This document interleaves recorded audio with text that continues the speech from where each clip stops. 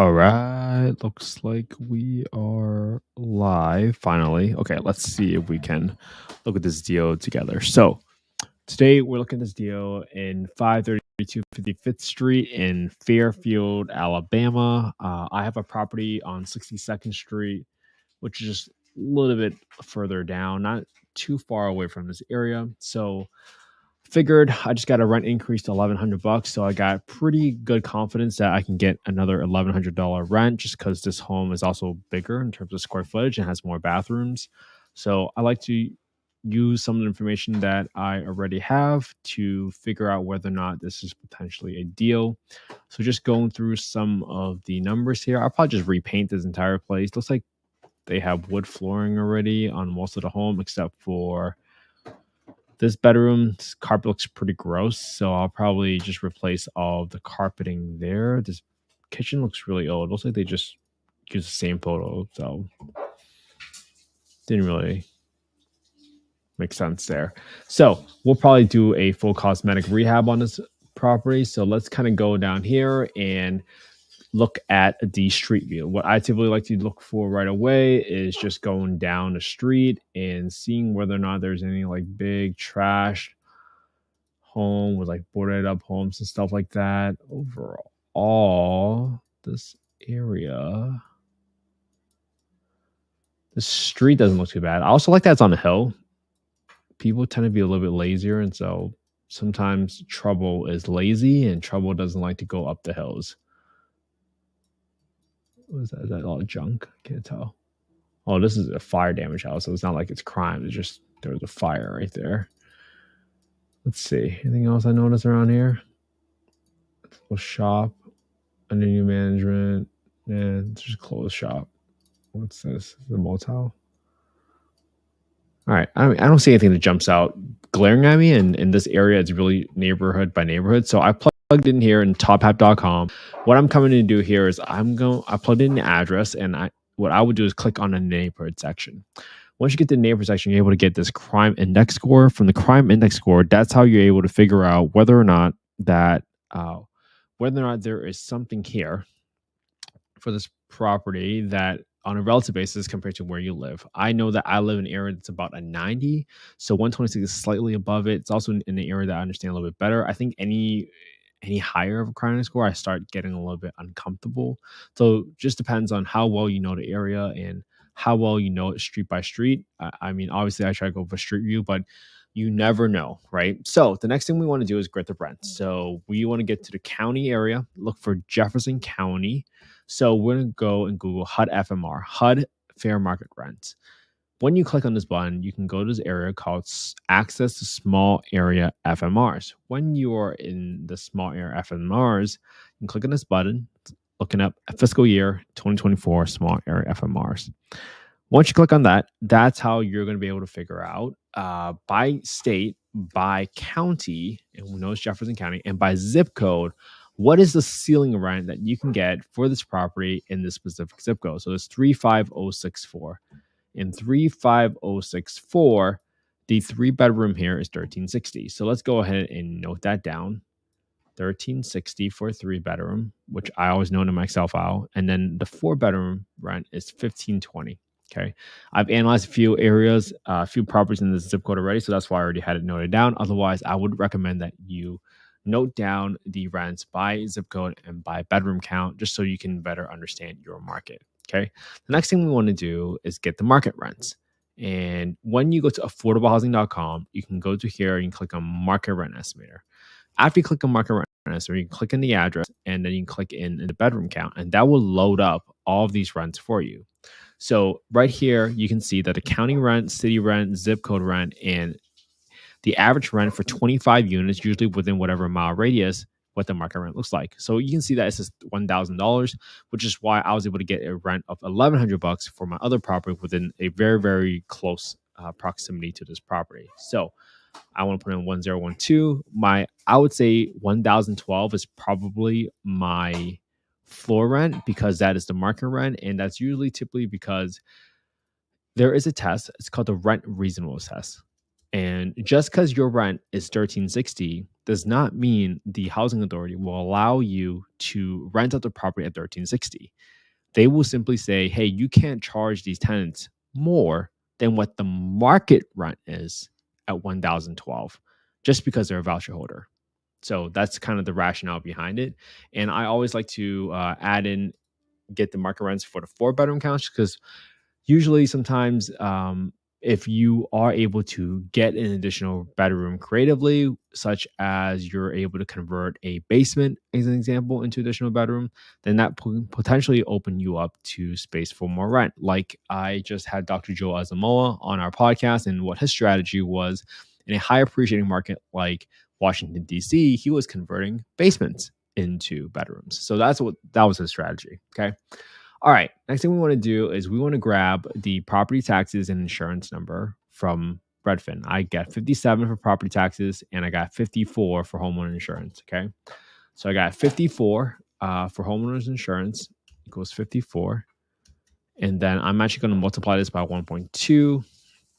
And that gets me to about a $65 monthly insurance premium. Now, right now, my property in Fairfield is costing me about $1,000. So I want to be a little bit more conservative, just given the insurance quote I just got back from my property. So I'm gonna do 1,000 divided by 12, and that's gonna be about $83. And that's just based on information that I knew from my own personal portfolio. What you might observe from our past couple of days of underwriting deals is usually I just take that insurance number and I multiply 1.2. But if for some reason it's a little bit higher, that's okay. I'd rather use the information that I have right now instead of pretending that I'm going to get a much better case scenario.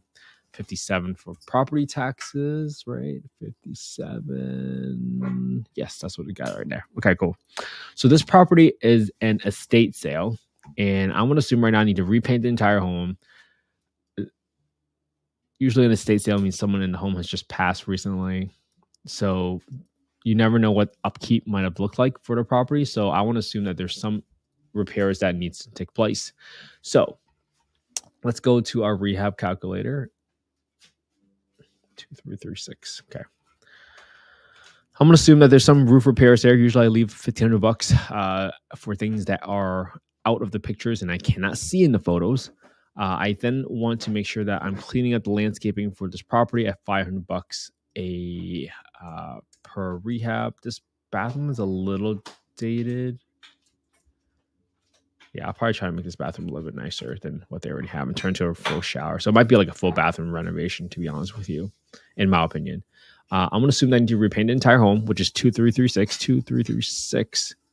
And then I'm going to assume that I need to replace the flooring on half of that. So 2336 divided by 2. That's about $8 a square foot. I'm hoping it's cheaper in there. I haven't had to do flooring updates yet. So at least not for our entire home.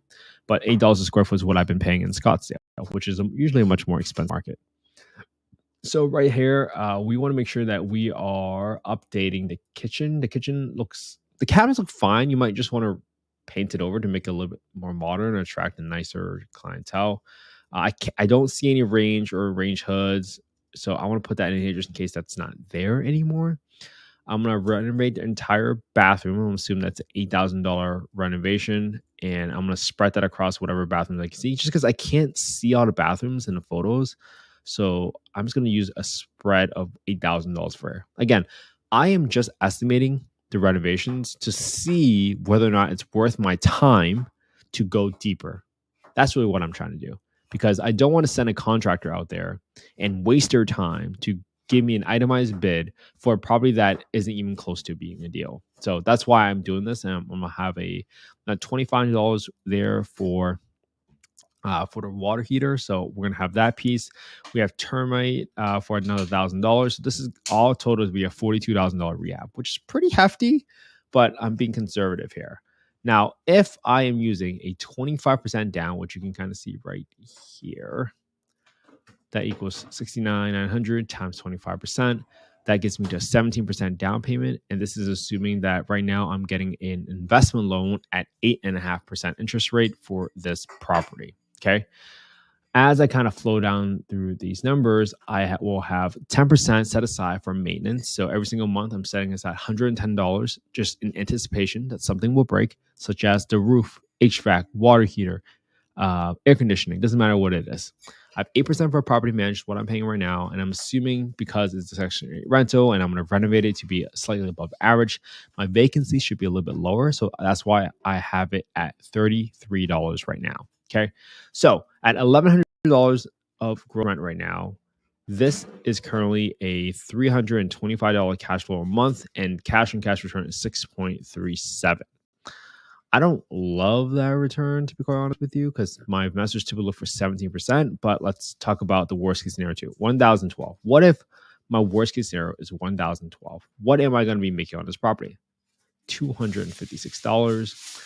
And this is a 5.0%. Let's change to 6.4 right here. Okay.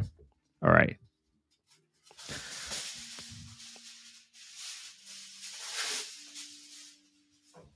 Okay, so now we're 69,900. So I want to figure out, hey, what price can I purchase this property at to make this a better deal? What if I got this property at $50,000, which I don't think they're going to go anywhere lower. So even at 50 grand, if I got this property at 1,100 rent a month, 440.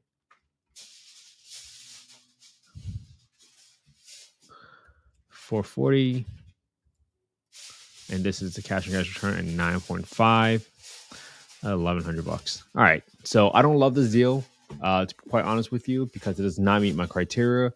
But let's see if we can get this on a creative finance term.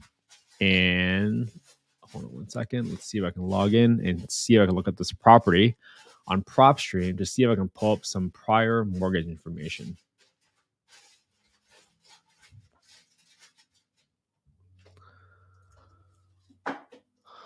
All right. Usually when you're on PropStream and you pull up the website, you click on details and you click on mortgage and transaction history. And right then and there, you can see that there is no existing mortgage here. If there was, you would kind of see right on the screen with the terms, principal balance, the date that it was originated, and also the interest rate. You don't see any of that here. So that means this property is owned free and clear. So now I want to mess around with the terms. So what if I still gave them 69,900, but I said I will give them over terms, right? So what if I got this property on 3.5% interest rate at 15% down? Let's do 10% down. So at 10% down, this is now a 10.54% return. And if I lower this to just 0% interest rate, let's see, seller finance down, seller finance interest rate. So now this is 0%, 10% down, 1,100 rent. Now this property would be 553, 13.1.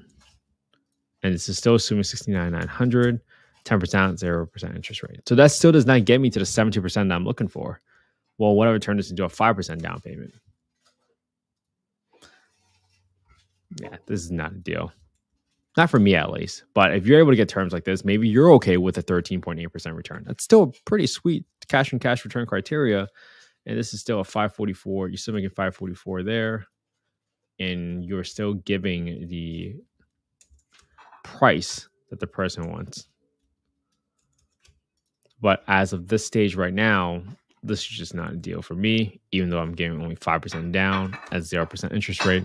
And sometimes that's really a tough term to actually pitch to somebody. So, all right, that was it for Sunday. That was us analyzing a deal every single day. If you like a copy of the calculator, I've been fortunate to have been shared these calculators with other folks. I just modified them for what I typically use to look at Section 8 rentals. Just DM me your email, invest with Kent He. You can DM me your email on Instagram to my account at Invest with Kent He, and I can send this to you. The whole reason I'm doing this is I'm not soliciting any investments. I am simply sharing what I'm doing every single day, analyzing a deal. This is the non-sexy part that people don't talk about enough about real estate investing, but it helps you overcome, one, the fear of not recognizing a deal, 2, if a deal came across your table and slapped you in the face, would you be able to recognize that it's a deal?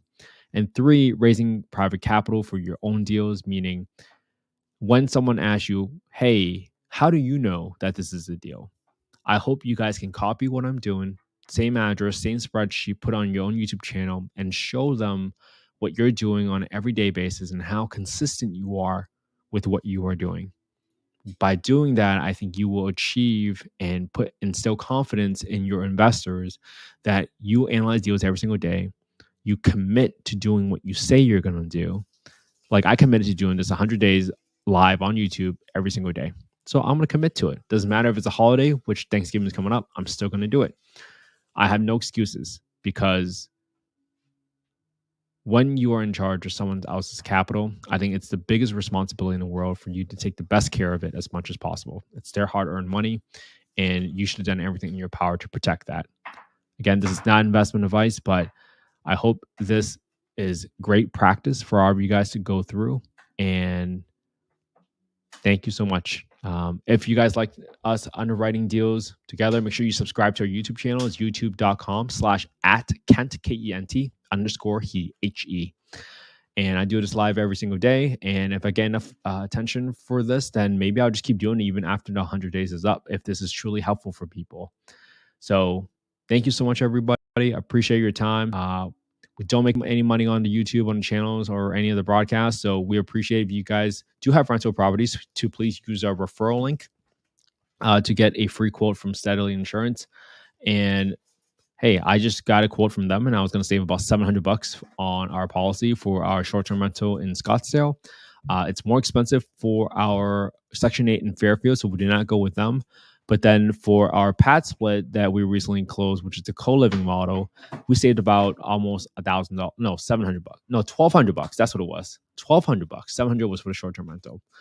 $1,200 is how much we saved. So get a free quote. It doesn't cost you anything. Please use the referral link in the YouTube show description, and we appreciate it. Have an amazing Sunday, everybody. And we are out, and we will be back here again tomorrow.